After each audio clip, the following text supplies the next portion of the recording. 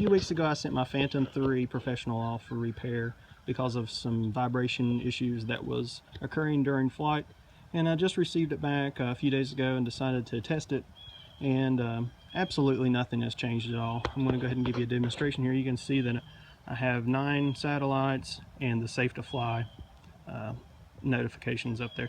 So we'll go ahead and take off and watch it vibrate.